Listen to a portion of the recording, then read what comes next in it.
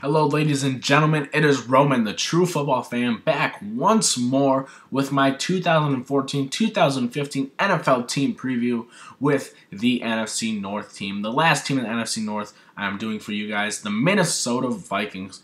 Last season, the Minnesota Vikings finished 5-10-1. That one tie coming against division rival Green Bay Packers. A very disappointing season after making the playoffs the year before. Now, the Minnesota Vikings, obviously, people expect to have one of the worst seasons once more. And it's disappointing. It's disappointing to hear that. We all want teams to succeed, but there are teams that we just think aren't going to do it.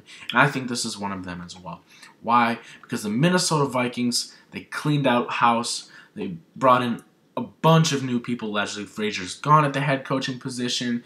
No one at offensive coordinator anymore. And they bring in a bunch of new people. And it's a mess, and I think it's a mess. I kind of like what they've done with the head coaching job. I kind of like what they've done with the offensive coordinator job. But by cleaning house and bringing in a bunch of new people, I think this isn't good for the organization, for the future, or for the year that they want. So they finished 23rd in passing last season. And this is self-explanatory. They had 3 quarterbacks start last season. They had Josh Freeman, they had Matt Cassell, or Castle, however you want to pronounce it, and they had Christian Ponder, so it was a mess at the quarterback position. On top of that, Adrian Peterson produced the first few weeks of the season, and they started to disappoint a lot of people. And then he got injured a while, and then Toby Gerhart came in and backed up. The receivers didn't perform that well. Cordarrelle Patterson surprised a lot of people. Great punt returner, great kick returner. He's going to be the next big thing for punt returning and kick returning, in my opinion. And it was just a mess. So they finished 23rd in passing because the quarterbacks couldn't do anything. Everyone was like, oh, Josh Freeman's actually a lot better than we think. He came in and played very, very poorly against the Giants. He played terrible. Matt Castle, he was the best quarterback for the team this season. Then Christian Ponder. Christian Ponder can be great. Christian Ponder can be very good.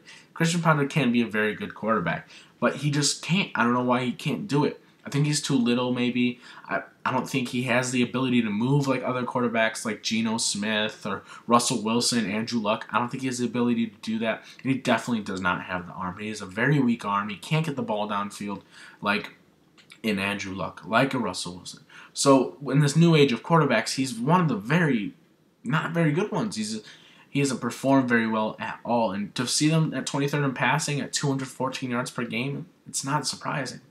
So what do? They address it in the draft, but I get to that a little bit later. Then they finished 8th in rushing. And this is obviously self-explanatory as well as the passing because it's Adrian Peterson. He's arguably one of the best running backs in the NFL. People think he might be the best. My opinion is a little bit different. But Adrian Peterson is a star. He's a great player. I mean, he doesn't break records for anything. He didn't earn an MVP the season before for nothing. But he's a very good running back. I mean, he trucks, he runs. He's not extremely fast, but he's very fast. I mean, he broke out an 80-yard run on the first play of the season. I had him on the fantasy football team. So that was great. But they had it finished 8th in rushing, 130 yards per game. There's nothing more to really go on here. It's Adrian Peterson. I expect them to be in the top 10.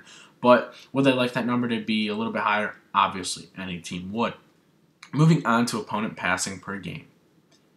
Wow. This is just wow. I mean, I thought it was bad during the season, and then when I look at the numbers, it's surprising. They were 31st in opponent passing. One team away from being the worst team in opponents' passing yards per game. And why is that? They allowed 287 yards per game, passing yards per game. I believe the only team they were ahead of is the Dallas Cowboys, and that's just very disappointing coming from a Cowboys fan. Finishing last is not good. I could be wrong, but from what I saw from the Cowboys and the numbers that I've looked at, the Cowboys did finish dead last. So 287 yards per game. Wow. Bad, very, very, very bad numbers. So finishing 31st is not surprising from the season that they had. And when you look at the Vikings, everything is self-explanatory because what they've allowed and what they've done and how they've approached things and the play calling and the coaching and the timeouts and the bad trades and the pickups, and it's a mess. It's always been a mess. They haven't been super great since Brett Favre in that last NFC Championship appearance against the New Orleans Saints. But 31st in opponent passing obviously needs to be fixed. It's a very, very big issue. Did they address it in the draft? Not really. Did they address it through free agency? Not really. And it's just along with the Detroit Lions. Go ahead and watch that video as well. It's on my channel if you haven't seen it already. It's what are you doing? Why aren't you taking the steps to be a great team? Do you want to draft the best player available? Yes and no. Because if you go out and draft a linebacker first, yeah, you're going to need it. You did lose some players at the linebacking position and at the defensive end position, but you need help when you're 31st in opponent passing. And this is what blows my mind about the Cowboys as well, but I'll save that for another video. So, opponent passing yards per game, 287, very, very, very bad. Moving on to opponent rushing yards, they finished 16th, middle of the league, and 110 yards. Opponent rushing yards per game, the defensive line was great. Jared Allen was on that defense. Aaron Henderson was a great linebacker. They bring in Corey Wooten, and they were fairly well. They've always been a more defensive team than an offensive team, but you at least need some offense to win some games. So, but 110 yards, opponent rushing yards per game, it's not what they want. You obviously want to keep them under 100. If you want to keep them under 90, you want to keep them under 95. But 110 yards per game, it's middle of the pack. It's okay. Moving on to additions through free agency and what they've done in the offseason ever since they were eliminated from the playoffs. It was okay. I kind of like what they did. But let's start with their head coach. They got rid of Leslie Frazier. Now, Leslie Frazier, in my opinion, was never really that good in the first place. They should have fired him mid-season. They waited until after their season was over in Week 17. And then a few weeks later, they bring in head coach Mike Zimmer. People, who's Mike Zimmer? Now, Mike Zimmer is the former Bengals defensive coordinator, most recently for 5 seasons. For 5 seasons, he was the defensive coordinator over there in Cincinnati. Now, we've all seen Cincinnati. They've had a fairly good defense right there in the middle of the pack. They're a little bit more average. They could possibly be top 10. I'm not for sure. Don't quote me on anything. But he was also the defensive coordinator for the Cowboys and Falcons, so he has some experience. He's a very defensive coach. He did fairly well with Cincinnati, but do I like this pickup? Yeah, I kind of like this pickup. Do they need to focus more on offense? Yes, but this is where the Vikings did extremely well in picking up an offensive coordinator in Norv Turner. Norv Turner is the former offensive coordinator for the Browns 1 season. Yikes, we all saw how that turned out, but Josh Gordon had a stellar season. Stellar season with receiving the ball, but quarterback-wise, the Browns are not very good last season. So there's some questions around that, but that mainly had to do with more of quarterback play than it did play calling by Norv Turner. So he was also the head coach of the San Diego Chargers for a very long time. And Phillip Rivers, he was an elite quarterback when Norv Turner was there. Then he kind of fell off a little bit, but then Phillip Rivers has come back up again, but we'll save that for a future video. But Norv Turner did great things for Phillip Rivers. He evolved him into an elite quarterback. He put him into that category by making the right play calls for him, by giving him more of the leadership role. And can he do that? I think he can with the quarterback that they drafted 32nd overall in the draft. Well, let's start with their first pick in the draft. Linebacker Anthony Barr out of UCLA, arguably one of the best players coming into the draft. A lot of people speculated before the draft and before it got closer to draft day that he could go top 5, he could go top 3, but he eventually went down to, I believe the Vikings picked 8th or 7th, I'm not for sure, but he was picked 9th, excuse me. Anthony Barr, drafted out of UCLA, great linebacker. I watched him play. I'm over here repping ASU. They played UCLA, and Anthony Barr is an astounding linebacker, and he covers a loss that they had. Basically, if he wants to go ahead and play defensive line, go ahead. If he wants to stay back and play linebacker, that's perfectly fine. But Anthony Barr, great pickup, but I think they needed, like with the Detroit Lions. Like I said, if you haven't seen that video, you can listen to my rant on why they should have drafted someone different. Here, do you want to go with the best player available, Anthony Barr?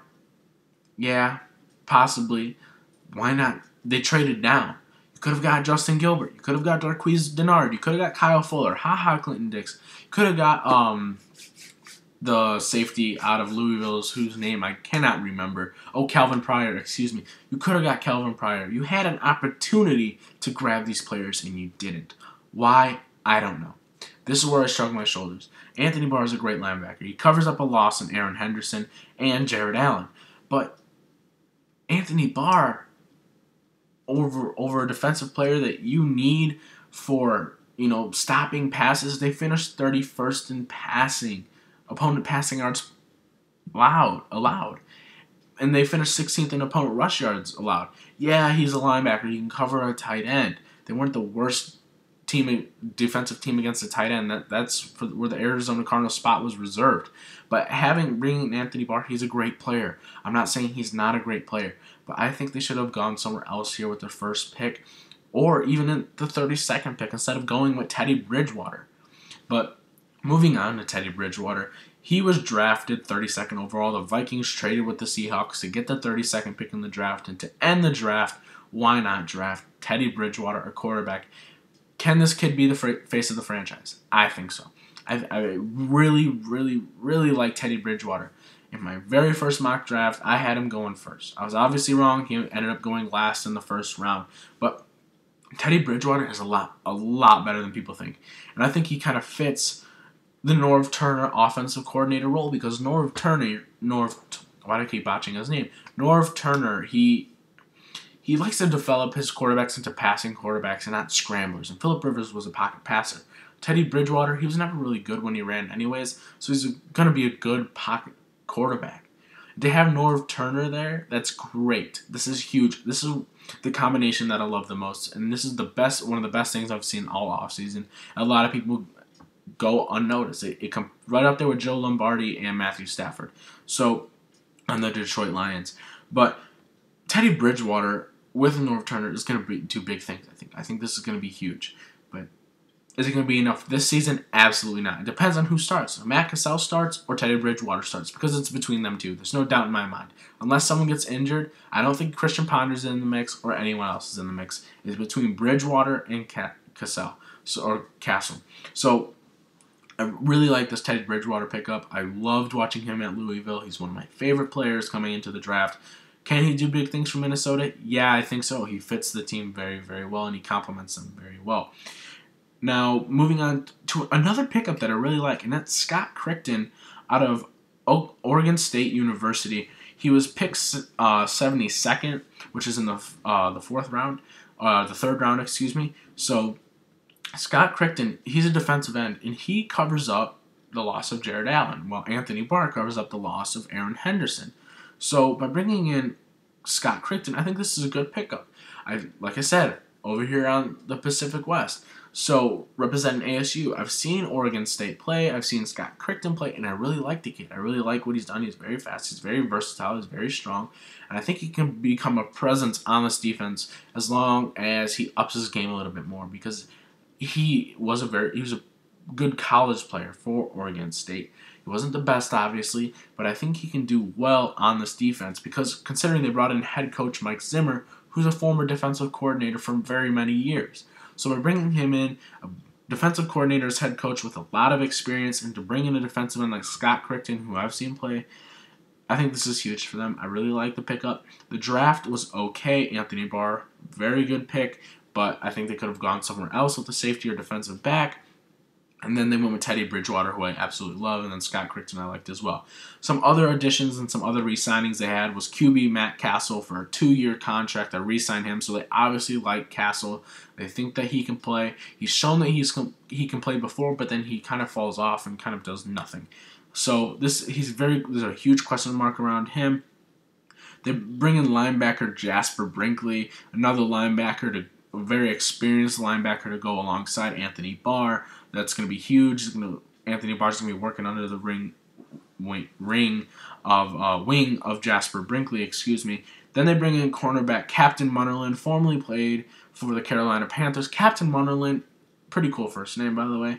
Captain Munnerlyn, he's not the best, he's not the greatest, but he's good enough. He's good enough to address a 31st opponent passing. I mean, it's something that they needed, and they went out and got. Is he the best? No, there were plenty of other corners to go after. But Captain Munnerlyn is fine enough. He's not a superstar, but he's still a star. He's still okay. He's pretty good. They re-signed Jerome Simpson, wide receiver. Jerome Simpson has shown that he can make some big catches, and some clutch moments. Jerome Simpson has shown that he can catch the ball. He's very, very, very, very, very strong. Now, he's not the fastest guy in the field, but he's strong and he can catch. He's kind of like a tight end, but at the receiver position. So, Jerome Simpson, this is a great re-signing. Just another weapon for the quarterback to have whoever starts, whether that be Castle or Bridgewater. Then they pick up linebacker Mike Zimmer, not to be mixed with the head coach or the son of the head coach, but Mike Zimmer, linebacker, another linebacker to have. Why not have another linebacker? Why not have another linebacker? Oprah's just giving away linebackers to the Minnesota Vikings. So by bringing in Jasper Brinkley, I kind of like this pickup, but I think you need to go somewhere else. And then they grabbed defensive end Corey Wooten. Corey Wooten, he's shown that he can play. I've kind of liked what he's done. I'm not complaining and I'm not arguing against it. I'm not for it either, but it's a good pickup. They have had issues at defensive ends in the past, but Jared Allen was there, and it used to have a great defensive line a few years back. I loved watching that defensive line play, considering I was a Bears fan way back when they had that really good defensive line. It was like, oh my gosh, can we just not play these guys twice a year? But Corey Wooten was a pretty good pickup. Now for losses was there's nothing really here. They didn't lose much, but I don't think they really gained a lot out of it either. Safety and corner wise, but the losses of defensive end Jared Allen, who's now on division rival Chicago Bears, so Jared Allen has to see his former team twice a year now, and linebacker Aaron Henderson. I've referenced them very many times in this video. There's nothing much to say. Yeah, they addressed the issues of losing them, but they lost them, and then they didn't really make up for it within the fact of the passing game. Not that these guys really mattered to the passing game. Yeah, Aaron Henderson for maybe tight ends that do little short in routes, but they lost a lot too. I mean, they cleaned house. So many people are gone. You look at it. Excuse me. They lost. They named a new defensive coordinator, new special teams coordinator, new assistant defensive line coach, new offensive line coach, new assistant special teams coach. The list is on and on with these guys. New tight ends coach, new running backs coach. This team is it's clean. It's brand new. This whole team is new. And that moves on to the season. I don't think they're going to have a very good season. I think they're going to finish 4th in the NFC North. And you look at the start of their season, brutal. Absolutely brutal. Their first 9 games right before their bye week in Week 10 are just brutal. Every single one of them is darn near a loss. Except I think they'll come up in a few good moments. I think they can show up and win. But this is just my speculation. Week 1, they play at St. Louis. I think St. Louis is going to have a huge year. I think St. Louis is going to have a great year. I really love what they're doing in St. Louis over there with Fisher. Week 2, they play the Patriots. Loss. I think the Patriots beat them home or away. Week 3, they go at New Orleans. Loss. Week 4, they at home against the Falcons. I think the Falcons are going to up their game and end up playing better, and they'll beat the Vikings. So that's another loss. Week 5, they go at Green Bay. In Green Bay, that's a loss. Week 6, I think they can pull out a win against the Lions. Week 7, they're at Buffalo. I think they pull out a close win here against Buffalo. It's going to be an interesting game to watch. Week 8, they play at Tampa Bay. I really like Tampa Bay this season. So I think Tampa Bay is going to show up and beat Minnesota. So that's another loss. And then Week 9, they play the Redskins. But I think they edge out the Redskins here. I think the Redskins have a lot of questions. I'm obviously a Cowboys fan, but I'm not biased or anything. But I think they edge out the Redskins here. In the end, at home, the Minnesota Vikings are not the greatest home team. They're not the greatest away team. They're not very good at all. But, I mean, Week 9 at the Redskins, at home against the Redskins, I think they can pull out a very close win. Week 10, they have a bye week. After the bye week, they face another great set of teams. Just a brutal schedule this season. It's just awful, the teams that they have to play. I cannot believe whoever gave them the schedule. I'm disappointed in you because this team needs to win, not play the worst teams in the league, or the best teams in the league. Week 11, they're at Chicago, lost. Week 12, at home against the Packers, lost. Week 13, at home against the Panthers. It's the Panthers. I really like the Panthers, lost. Week 14, at home against the Jets. I really like the Jets this season. That's a loss. Week 15, at Detroit. at Ford Field, loss. Week 16 at home against the Dolphins, that's a win. I think the Dolphins have a lot of questions surrounding this team this season. They're not very consistent. Maybe because they've worked well, maybe they can go ahead and win Week 16, depending on how injuries go. It's very late in the season. And then Week 17, they end their season at home against the Bears. Jared Allen playing the Bears twice a season in Week 11 and in Week 17. But I think they lose here, and that rallies up their season total to 4-12, and this is understandable. They went 5-10-1 last season. They could have gone 6-10. They could have gone. Why am I missing? They could have gone 4-12 again. There's nothing much to change. They cleaned house. They could be worse than 4-12. But by cleaning house, bringing in a bunch of new people, not really addressing the cornerback and safety issue, because they were 31st in opponent passing yards allowed per game, this brings up a lot of issue for them. And I think they're going to go 4-12. They're going to go 1-5 against the division with that one win against Detroit, and they're going to finish 4th in the NFC North. So that brings the NFC North to a close. And the NFC North, here's how it looks. You've got the Chicago Bears at 10-6, first place in the NFC North. You've got the Green Bay Packers at second place with a 9-7 record, with a 4-2 division record. And why do I say that? Because the Detroit Lions as well, I expect to have a 9-7 season, but their division record is a 3-3 compared to a 4-2 Green Bay Packers division record. So the division for second place goes with the Green Bay Packers, third to the Lions, and fourth, clearly, the Minnesota Vikings at 4-12. I don't think they're going to be that good. Their schedule is so tough. It's very, very difficult. You've got a lot of teams that could surprise. The Buccaneers, the Bills could end up being better. The Redskins, the Lions could end up sweeping them. The Dolphins could win. They have a very, very tough schedule. The Bears could choke against them, no doubt. The Panthers can. The Patriots could somehow choke. The Saints and the Falcons can. I don't think there's any way they go higher than 5 wins. 4 wins is what I think they will. They have to get 3 wins, 4 wins, or 5 wins. Nothing more, nothing less than that amount of wins because they have such a tough schedule. But my next video is going to be starting the AFC North, and I'm going to start with the one and only, everybody's favorite, but one of my least favorites, the Pittsburgh Steelers. I'm going to go ahead and run them down. I think we're going to have to see how I expect their season to pan out. We'll see how things go. That's going to be out very soon. And if you haven't hit that subscribe button already, go ahead and hit that subscribe button. I've done very, very many videos recently. I've brought the NFC North to a close. And if you haven't checked out my previous videos, go ahead and check them out to kind of get a summary of how I expect the NFC North to pan out. I pretty much explained it already. But if you want to go ahead and watch the in-depth analysis of the Bears, of the Packers, Lions, and right now the Vikings, go ahead and check those videos out. Up next is the Pittsburgh Steelers, and go ahead and hit that like button. Turn that gray like button green right about now so you can go ahead and if you like the videos, go ahead and hit it. And if you completely dislike this video, you hated it, and you want it to burn in the fiery depths of hell, go ahead and hit that dislike button because that is your opinion, not mine. Go ahead and share the video to get the word around, get people talking, get people debating on the Minnesota Vikings. Share this with your Vikings friends so that they can argue with me because I know Vikings fans don't think they're going to go 4-12. They think they're going to go 16-0. But go ahead and leave down in the comments below what you think the Minnesota Vikings will finish. Will they finish at 4-12? What is your opinion?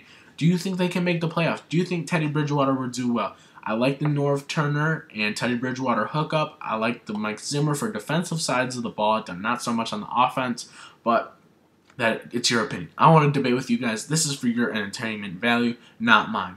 This is Roman, the true football fan. Peace.